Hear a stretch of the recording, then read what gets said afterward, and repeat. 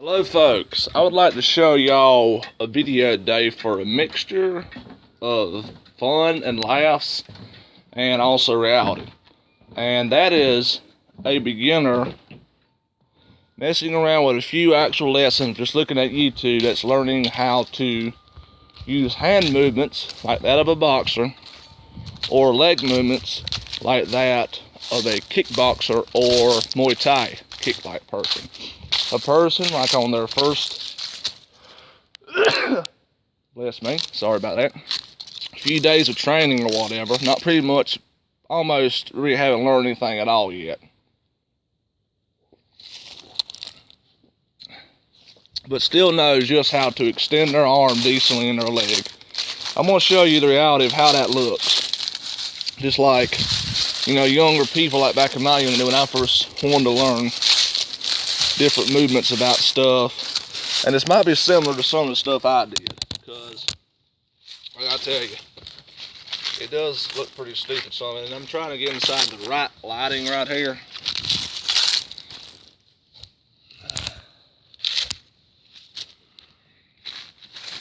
There we go. And like I said, when I first started thinking the idea of punching, I thought that it was just your arm slinging out hard as you could, like a jolt, pretty much. But a lot of times, doing that, trying to do something hard as you could, you put more pressure, more resistance, and more tensing up, and it's not loose enough to go out decently. And then there was the fear later on, okay, what if I'm finding a martial artist? This is a stupid idea for a street fight. I don't know what made me think this. What if I'm finding some kung fu martial artist and they know how to break my arm, so I need a little bit of tension. So I do halfway punches, where my arm's still a little bit bent, not fully extended, because I want a little bit of extra tenseness, which in all honesty was stupid. And I'm really just trying to find the best camera angle setup here. Okay? So you can see all of me and all of this. Alright? So, we got the first beginner boxer, you know. We got probably the person maybe already thinking, they wouldn't know about the sideways stance then. They wouldn't. Probably. They probably had their hands up. They're probably daggum doing something like that. Then they're thinking, let's get a little bit closer, not much. Damn. That's what I've done when I was younger. I've done it at angles. Like I said, my arm's still being bent. That would have been me. Bam. And yes, I know sometimes I'm not even touching it. Yes, I realize that, okay? It's either that or bam. That'd been what they thought, you know? They just thought about, you know, trying to hit it quick and hard as they could. Probably not even fully extend arm. Probably there's be some bentness a little bit. They wouldn't learn about extending the arm. They wouldn't try and be moving their hips into it to deliver that daggum punch.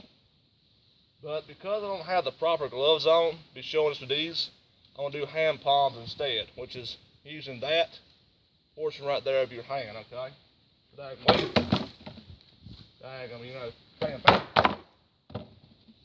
Pretty much. So, something like that, but set, you know, with the fist straight out. In different areas too.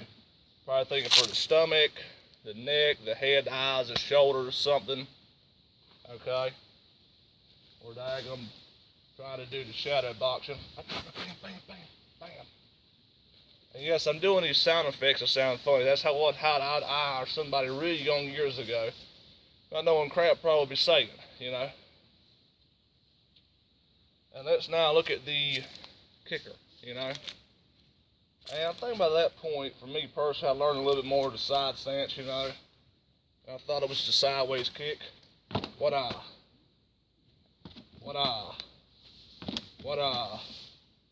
And if you look at my foot, it's a little bit angled.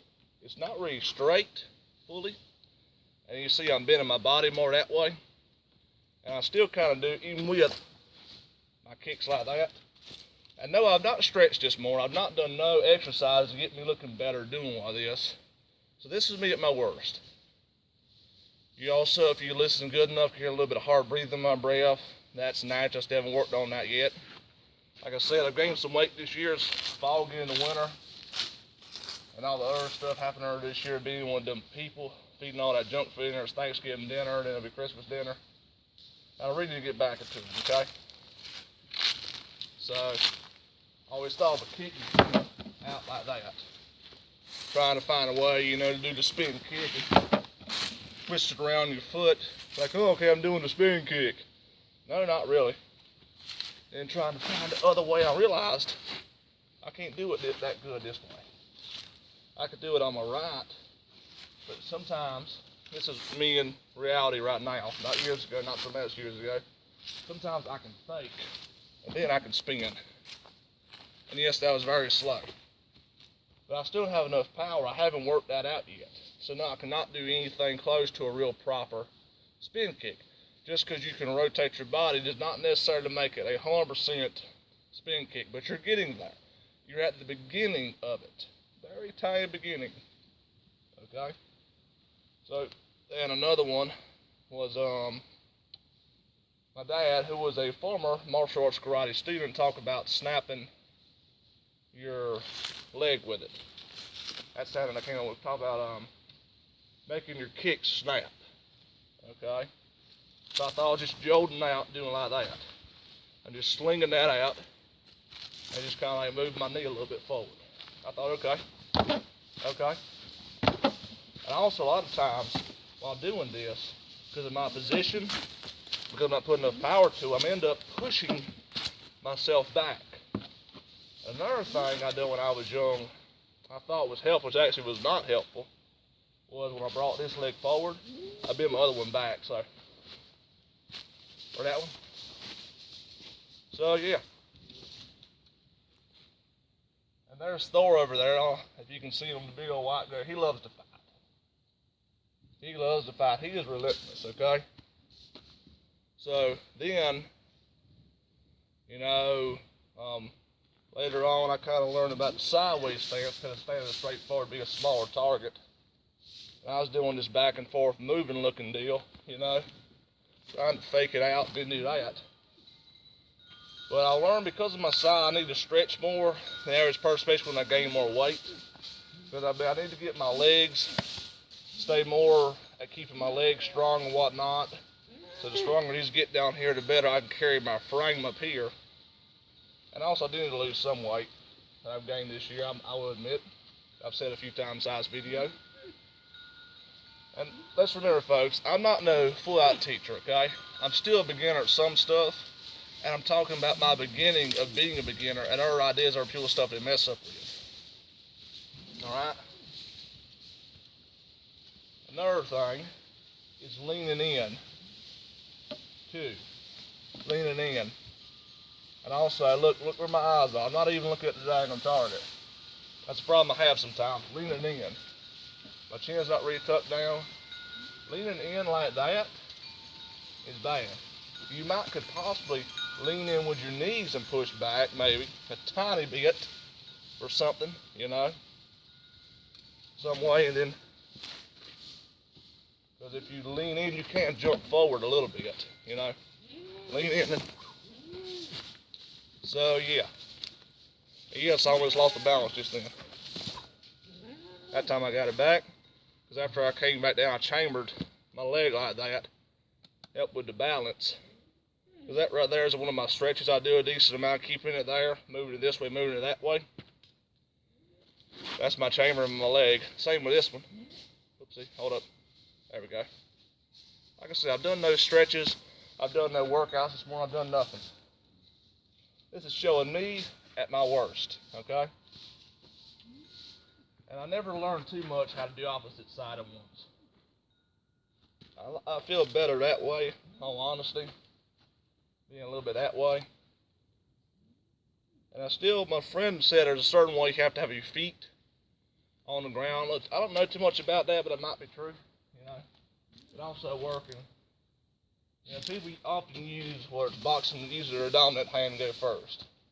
But working the ambidextrous, it helps too. So yeah. Or you try to throw a hook punch and you punch out. That time I kept my face straight. I don't really think I put much weight into that though, really, when I'm doing that. So, yeah. And when I started with the hand palms, I was using the center of my hand to hit. He really wants to fight right now. Oh, living on a farm life. So, yeah. So, those are some of the problems for beginners that I've seen with them doing that. And another thing is not memorizing your usual distance of how far. I mean, yeah, if I bent in some with this leg where that's a little bit, I could get closer, but then I'm more off balanced. So understanding your balance and your distance. You know, I mean, yes, if I bend over this way, that allows that to go. I like it more at the ankle and knee range. I don't want much more higher. These are high boots, so it's hard to bend in that way.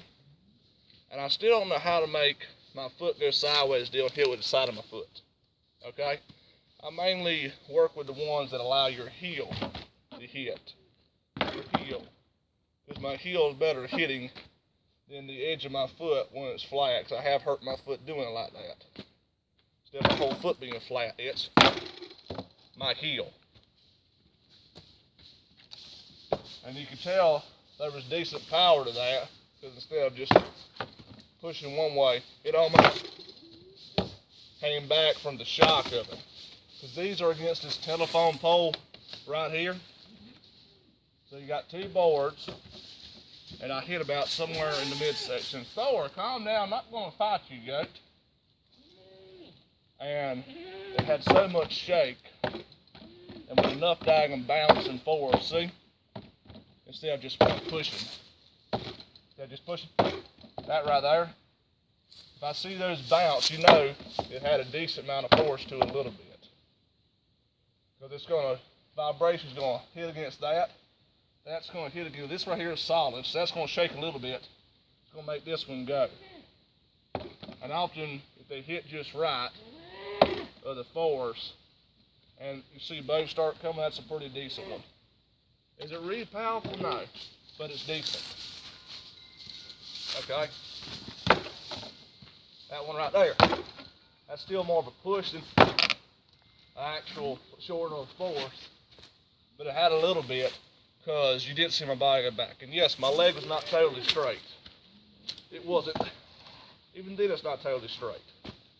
So I need to work on my leg being a little bit more straight and get my joints, my ligaments, different stuff among the areas of my thighs that connect to my hip and my pelvic area being more stretched out.